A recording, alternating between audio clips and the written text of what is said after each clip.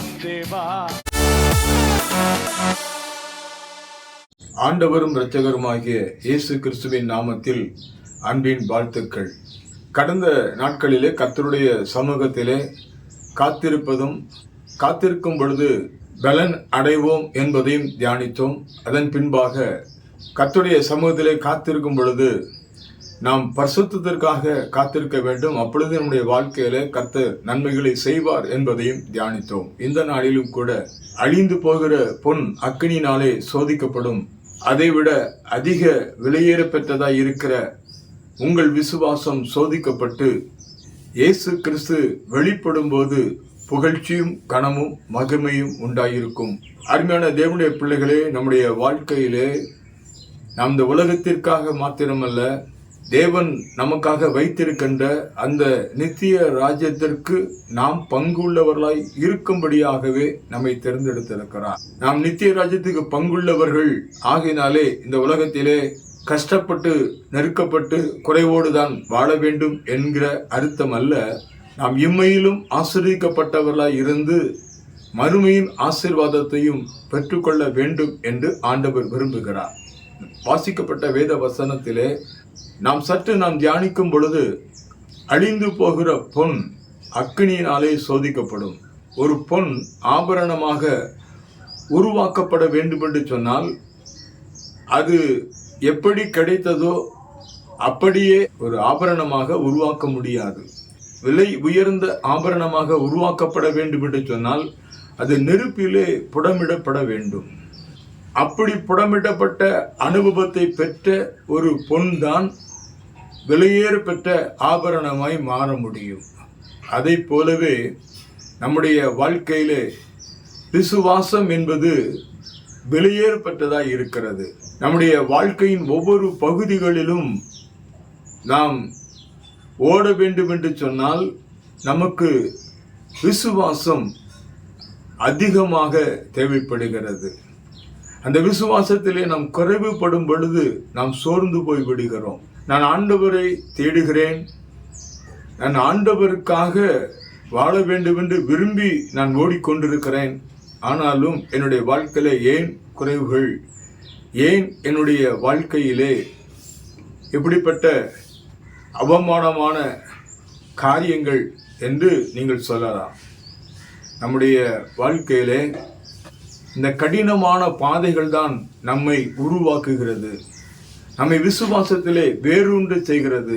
அந்த கடினமான பாதைகளிலே ஒருவரும் எனக்கு உதவி செய்யாதிருக்கின்ற வேளையிலே ஆண்டவர் எனக்கு உதவி செய்வதனாலே, யார் எனக்கு உதவி செய்யாவிட்டாலும், யார் என்னோடு இல்லாவிட்டாலும் என் ஆண்டவர் என்னோடு இருக்கிறார் என்கிற நிச்சயத்தை அந்த கடினமான பாதைகள் தான் கொடுக்கிறது. ஆனால் கடினமான பாதைகளிலே கர்த்தருடைய சமூகத்திற்கு வர வேண்டும், சமூகத்திலே காத்திருக்க வேண்டும். அதைத்தான் வேதம் நமக்கு கற்றுத்தருகிறது. அப்படியானால் நாம் விசுவாசத்திலே வளர வேண்டும் என்பதை வேதம் கற்றுத்தருகிறது. அந்த விசுவாசத்திலே நாம் வளர வேண்டும் என்று சொன்னால் நமக்கு கடினமான பாதைகள் அவசியம். என்னுடைய வாழ்க்கையிலே பல வருடங்கள் கடினமான பாதைகளிலே ஓடிக்கொண்டே இருந்தேன். ஆனால் அந்த கடினமான பாதைகள் ஓடும் பொழுதும் கூட நான் ஒரு ஜெபம் செய்வது உண்டு. ஆண்டவரே, இந்த கடினமான பாதைகளை நீர் அனுமதித்திருக்கிறீர், இதை கடந்து செல்வதற்கு எனக்கு பலன் தாரும் என்று சொல்லி நான் ஜெபித்து கொண்டே இருப்பேன். ஏனென்று சொன்னால் எனக்கு ஒரு நம்பிக்கை உண்டு, ஆண்டவர் என்னோடு இருக்கிறார். ஆண்டவர் நிச்சயமாக அவர் பலப்படுத்தினால் இந்த கடினமான பாதைகளை கடந்துவிட முடியும் என்கிற நிச்சயம் எனக்குள் இருந்தது. நான் ரட்சிக்கப்பட்ட நாட்களிலே ஆண்டவரிடத்திலே ஜெபித்த ஒரு வார்த்தை, ஆண்டவரே என் விசுவாசத்தை வர்த்திக்க பண்ணும் என்று சொல்லி கேட்டேன். அந்த விசுவாசத்திலே நான் பெருக வேண்டும் என்று கேட்டேன். எனக்கு இப்படித்தான் ஜெபிக்க வேண்டும் என்பது அப்பொழுது எனக்கு தெரியாது. ஆனாலும் ஆண்டவர் என்னை ஜெபிக்க வைத்தார். நான் ஜெபித்தேன். அந்த விசுவாச வாழ்க்கையிலே நிலைத்திருக்கும்படியான பாக்கியத்தை கொடுத்தார். ஆனாலும் கூட கடினமான பாதைகள் மத்தியிலே செல்லும் பொழுது, கடினமான பாதைகள் என்று சொன்னால் எனக்கு பொருளாதார ரீதியாக உதவி செய்வதற்கு ஒருவரும் இருக்க மாட்டார்கள். என்னை சுற்றி இருக்கிறவர்கள் நல்ல வசதியோடு இருந்தாலும் கூட அவர் எனக்கு உதவி செய்ய மாட்டார்கள். என்னுடைய மனம் வேதனைப்படும், என்னுடைய மனம் கலங்கும்.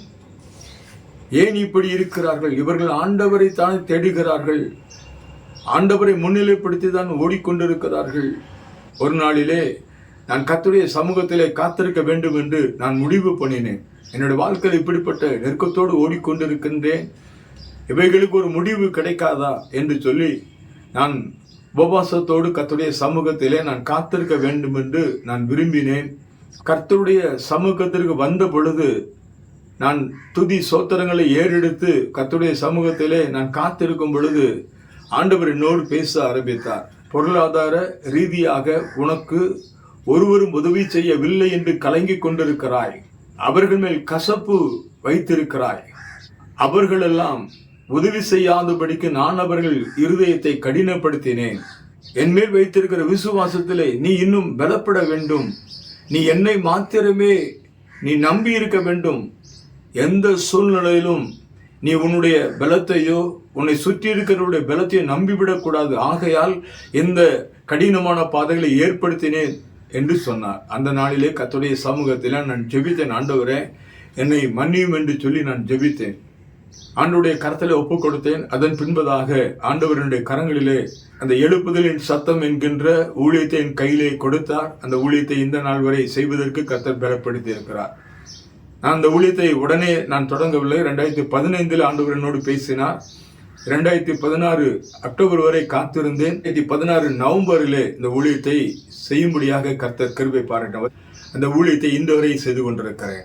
அருமையான தேவனுடைய பிள்ளைகளே, உங்களுடைய வாழ்க்கையிலும் கூட கடினமான பாதைகள் எதற்காக என்று சொன்னால், நீங்கள் தேவனை மாத்திரம் விசுவாசிக்க வேண்டும். உங்களுடைய விசுவாசம் தேவனில் மாத்திரம் இருக்க வேண்டும். இந்த உலகத்தில் இருக்கின்ற பொன்னையோ இந்த உலகத்தில் இருக்கின்ற பணபலத்தையோ நீங்கள் நம்பி இருக்க கூடாது. ஆண்டவர் உங்களை அவருடைய நித்திய ராஜ்யத்திற்கு தெரிந்து கொண்டிருக்கிறபடினாலே அந்த நித்திய ராஜ்யத்துக்கு நீங்களும் நானும் பங்குள்ள இருக்கும்படியாக நம்முடைய வாழ்க்கையில சில கடினமான பாதைகளை ஆண்டவர் அனுமதிக்கிறார். அந்த கடினமான பாதைகளிலும் ஆண்டவர் நம்மோடு இருந்து நம்மை பலப்படுத்துகிறார், நம்மை திடப்படுத்துகிறார், நம்மை தேற்றுகிறார், ஆற்றுகிறார், அரவணைக்கிறார், நம்மை கரம் பிடித்து நடத்துகிறார். அருமையான தேவனுடைய பிள்ளைகளே, ஆகையினாலே நாம் கர்த்தருடைய சமூகத்தில் மாத்திரம் காத்திருந்து, ஆண்டவரே இந்த கடினமான பாதைகளில் நான் கடந்து செல்ல என்னை பலப்படுத்தும் என்று சொல்லி நாம் ஜெபிப்போமானால் நிச்சயமாக நம்மை பலப்படுத்தி அந்த கடினமான பாதைகளை நம் தேவனாகிய கர்த்தர் நம்மோடு இருந்து நம்மை வழி நடத்துவார். வேதத்திலே நீ தண்ணீரை கடக்கும் போது நான் உன்னோடு இருப்பேன் என்றுதான் ஆண்டவர் சொல்லியிருக்கிறார். அவைகளெல்லாம் நம்முடைய வாழ்க்கையில வரும், ஆனால் அவைகள் மத்தியிலே ஆண்டவர் நம்மோடு இருப்பார் என்பதுதான் வேதம் நமக்கு கற்றுத் தருகிற பாடம். இந்த நாளிலும் கூட கர்த்தருடைய சமூகத்திலே நம்மை காத்திருப்போம்.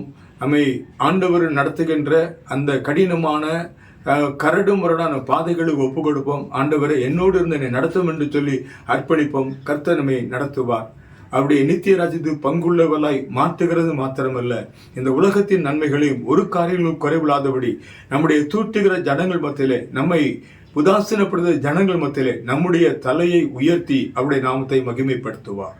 அன்பேன் பரலோக தகப்பனே, பேசின வார்த்தைகளுக்காக நன்றி. இந்த வார்த்தையின்படியே நீ செய்து உடைய நாமத்தை மகிமைப்படுத்த போகிற கிருபைக்காக சொத்தம். கடினமான பாதைகளிலே நீர் ஆண்டவரே எங்கள் ஒவ்வொருவரோடும் இருந்து எங்களை வழிநடத்தும், காத்துக்கொள்ளும். ஆண்டவர் இந்த நாளிலும் இந்த காணொலியை பார்க்கின்ற ஒவ்வொரு பிள்ளைகளுடைய வாழ்க்கையிலும் அவருடைய கடினமான பாதைகளிலே சுற்றிலும் இருக்கிற ஜனங்களால், உறவினர்களால், ஆண்டவரே நண்பர் வட்டாரங்களால் புறக்கணிக்கப்பட்ட நிலையில் இருப்பார்களானால் அவர்களை ஆண்டவரை பலப்படுத்தும். அவர்களோடு இருந்து அவர்களுடைய தலையை உயர்த்தி உங்கள் நாமத்தை மகிமைப்படுத்த உயர்த்த கிருபை செய்தரலும். நீர் அப்படி செய்து விட்டீர் என்று விசுவாசித்து நன்றி செலுத்துகிறோம்.